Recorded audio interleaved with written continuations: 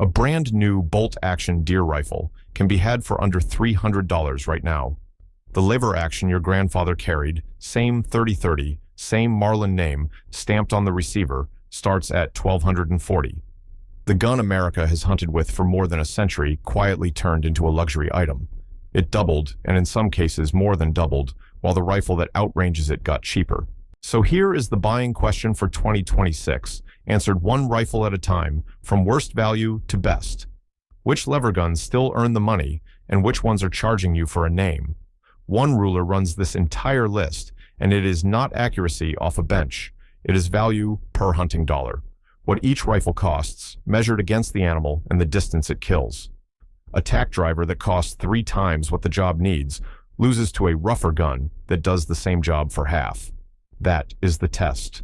Every rifle on this list rises or falls on it, and the rifle sitting at number 1 is the one that gives you the most hunting for the least money, not the one with the prettiest wood.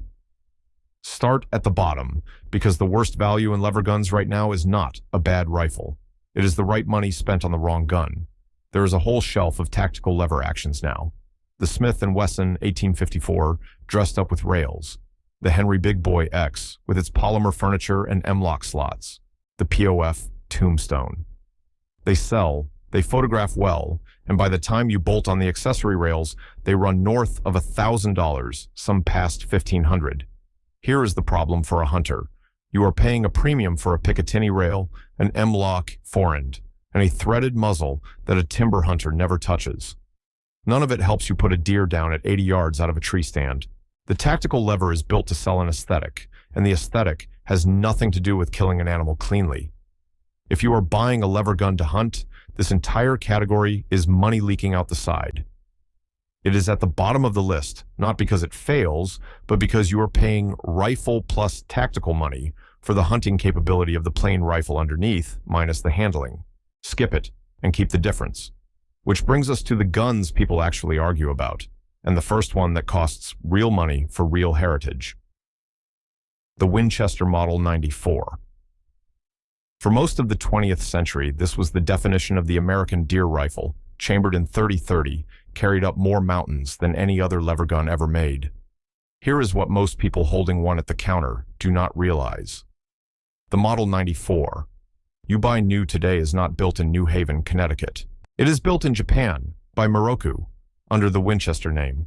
And by every account from owners who have handled both, the Miroku guns are superbly made, arguably the best finished Model 94s the brand has ever shipped. That is the good news. The bad news is the price tag that comes with it. A new Model 94 Sporter runs around $1,400, with the range across variants sitting somewhere between $1,200 and $1,400. So think about what you're buying. $1,400 for a 30-30 that tops out, realistically, around 150 to 200 yards on deer, using flat-nosed bullets it has to use because the cartridges sit nose to primer in a tube magazine. It is a beautiful rifle. It is an excellent rifle.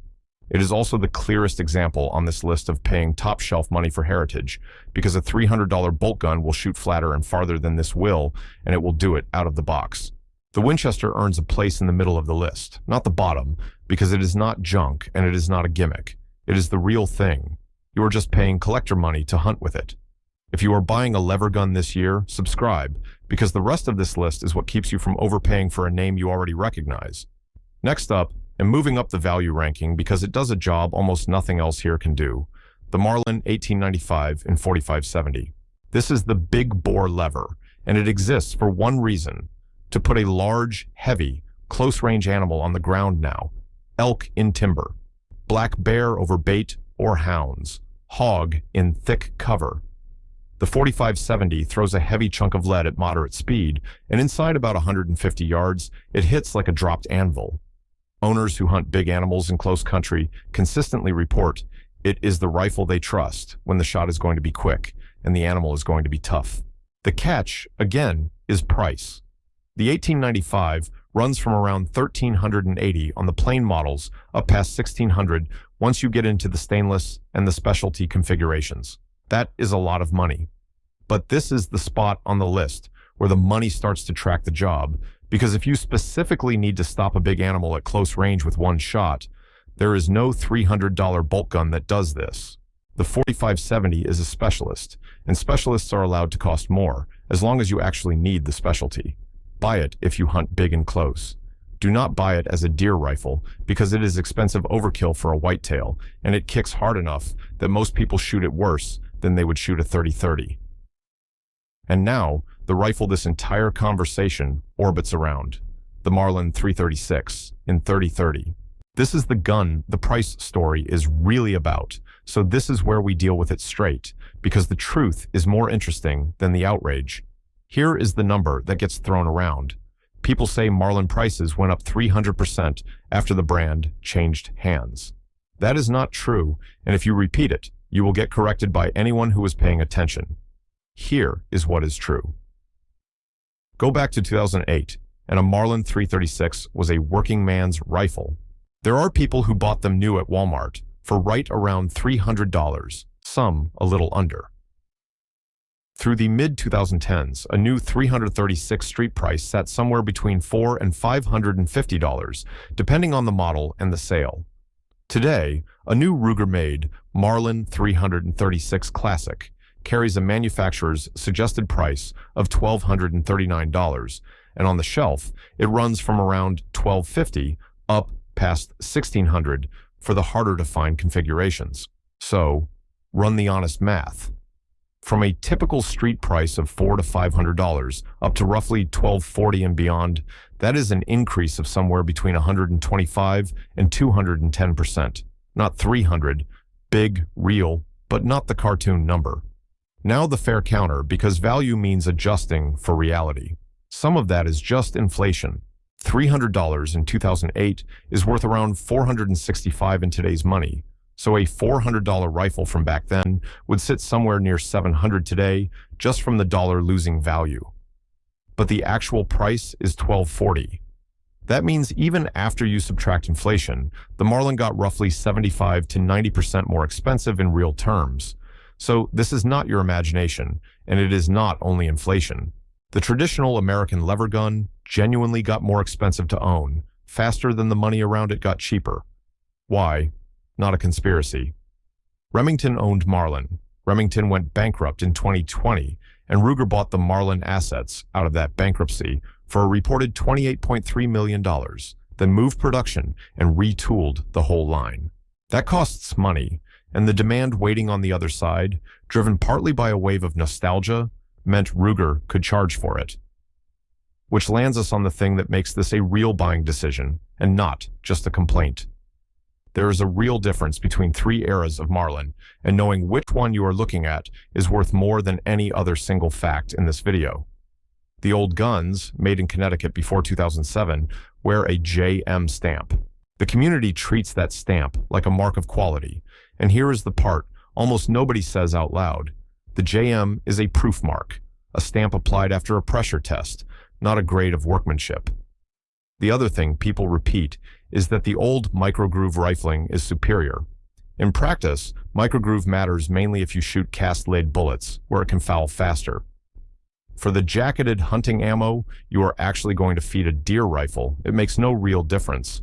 Then came the Remington years, 2007 to 2020, and this is the era that earned the nickname Remlin, because the quality control was genuinely bad. Crooked sights, sloppy wood-to-metal fit, feeding problems. That reputation is deserved, and it is real. And then Ruger took over in 2021. By the weight of owner reports and gun press reviews from 2021 through today, the Ruger-made Marlins fixed the Remlin problems and are, by many accounts, the best-built Marlins the name has ever carried. Which raises the option a lot of buyers land on: skip the new gun and hunt the used market for an old JM. That is a real path, with a real catch. A used JM 336 runs somewhere around $550 to $900, depending on caliber and condition, and the 35 Remington chambering commands a premium because the ammo is fading. Owners report asking prices of $700 and $800, even on worn examples, because the supply is fixed and it only shrinks. So the buy the old cheap one plan is not the bargain it sounds like anymore. The good old Marlin still costs Marlin money. So the frustrating irony sits right here. The rifle is better than it has been in decades, and it costs more than it ever has. The 336 sits mid-pack on value, not because it is bad, it is excellent, but because you are paying $1,240 for a 30-30 job that a rifle further up this list does for less than half. Above the classics, and earning their price a different way, sit the distance guns. The Browning BLR and the Henry Long Ranger. These are the two levers that break the range ceiling, and understanding why tells you exactly what you're paying for. Every lever we have talked about so far feeds from a tube under the barrel, which means the cartridges line up nose to primer, which means you are restricted to flat or round-nosed bullets for safety. Flat noses shed speed fast and drop like a rock, past a couple hundred yards. The BLR and the Long Ranger feed from a box magazine instead, which lets them fire pointed, aerodynamic bullets in flat-shooting cartridges like .243, .270, .308, and .65 Creedmoor. That is the whole game. These are the only lever actions on this list that will honestly reach out past 300 yards on an animal. The Long Ranger runs roughly $1,100. The BLR sits around $1,260 on the shelf. That is real money, but it is the one place on this list where a lever gun buys you something a cheap bolt does not hand you for free: lever action handling and speed with rifle cartridge reach. If you hunt open country and you want a lever in your hands, this is where the premium is actually justified.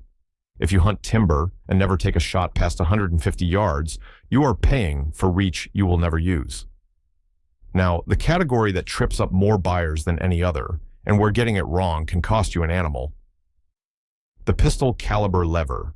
The Henry Big Boy and 35-7 Magnum runs around $900, and it is a joy to carry and shoot. But you have to be honest about what a pistol cartridge does. A 357 or a 44 out of a lever gun is a short-range woods proposition. Inside about 100 yards, in thick cover, on deer and hog, it works, and it works well. The recoil is mild, the gun is light and quick, and for still hunting in tight timber, there are a few things nicer to carry. But the mistake that gets repeated, and it is a dangerous one, is treating this like a general-purpose rifle. Do not take a pistol caliber lever after elk at distance. Do not stretch a 357 past what it can cleanly kill. The energy falls off a cliff past 100 yards, and you will wound animals. As a close-cover deer and hog gun, the Big Boy is very good. Its value takes a small hit only because you are paying the Henry Finish premium around $900 for a rifle whose job is deliberately narrow. Know that going in, and it is a fine buy. Buy it expecting a do-everything rifle and you bought wrong. That leaves the top two, and this is where the money finally starts making sense. At number 2, the Henry side gate. For a long time, the knock on Henry was that you loaded through the front of the tube only, which is slow and awkward in the field. The side gate models fixed that, adding the loading gate on the receiver that hunters want, while keeping the fit and finish that Henry built its name on. Chambered in real hunting rounds like 30-30 and 45-70, a side gate 30-30 runs around $800 to $850. That is not cheap, but look at what you get for it. American-made, smooth action, a company whose customer service owners praise loudly and consistently, a proper loading gate, and a chambering that kills the animal you are hunting. Under $1,000, doing the real 30-30 job that the Marlin and the Winchester charge you $1,200 to $1,400 for. That is a strong value, and for a lot of hunters, this is the correct answer. If fit and finish and resale and a name you can hand down matter to you, buy the side gate and never think about it again. It only loses the top spot to one rifle, and it loses on a single number. Because at number 1, the best value in a hunting lever gun in 2026 is the rifle almost nobody puts on a pedestal: the Rossi, the R92, and the R95. A Rossi R92 and 357 runs somewhere around $670 to $810 depending on the configuration, and the R95 steps up to real rifle chamberings like 30-30 and 45-70, which means the same Rossi line covers you from close cover deer with the pistol caliber R92 to bigger game with the R95. That is roughly half of what a new Marlin costs, and here is the honest part, because honesty is the only thing that earns the number 1 call. The Rossi is not as refined as a Henry or a Ruger Marlin. The machining is rougher. The wood is plainer. Run your thumb along the edges, and you feel where the money was saved. Owners will tell you that straight, and they are right. But here is what those same owners report over years of hard use. The action works, it feeds, it locks up, and it kills what you pointed at. The finish is where you feel the price. The function is not. And that is the entire value argument in one sentence. You are buying the hunting job, and the Rossi does the hunting job for half the money, and spends nothing on the parts of the rifle that do not touch the animal. So here is the payoff, plainly. If a lever gun is your hunting rifle and value is the ruler, the Rossi wins, because it puts the same deer on the ground as a rifle costing twice as much and asks you to give up polish, not performance.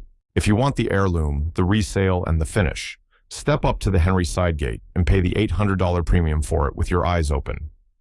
If you hunt open country past 300 yards, none of the cheap options reach that far, and the BLR or the Long Ranger is the lever that earns its price by buying you distance. And if you're chasing big animals up close, the 4570 Marlin is the specialist worth its money. Everything else on this list, the classics and the tactical builds, is you paying for a name, for wood, or for rails, and calling it a rifle. If any of this saved you from walking into a shop and dropping $1,200 on a name when 670 does the same work in the field, that is the whole reason this channel exists. So subscribe, and the next one will do the same for the next thing you are about to overpay for. One last thing, because it is the question that decides the whole purchase, and everybody gets it backward. Do not buy the most rifle. Buy the right rifle for the animal and the distance. A 357 in the timber, a 30-30 out to 200, a 45-70 up close on something big, a box magazine lever if you truly shoot far. The lever action became a luxury item over the last 5 years, but it did not have to. The gun that started this list at $1,240 does the exact same thing on the exact same deer as the gun that ends it at $670. The only difference is what you were willing to pay for a name. Choose the one that kills clean and keeps your money. That is the whole game.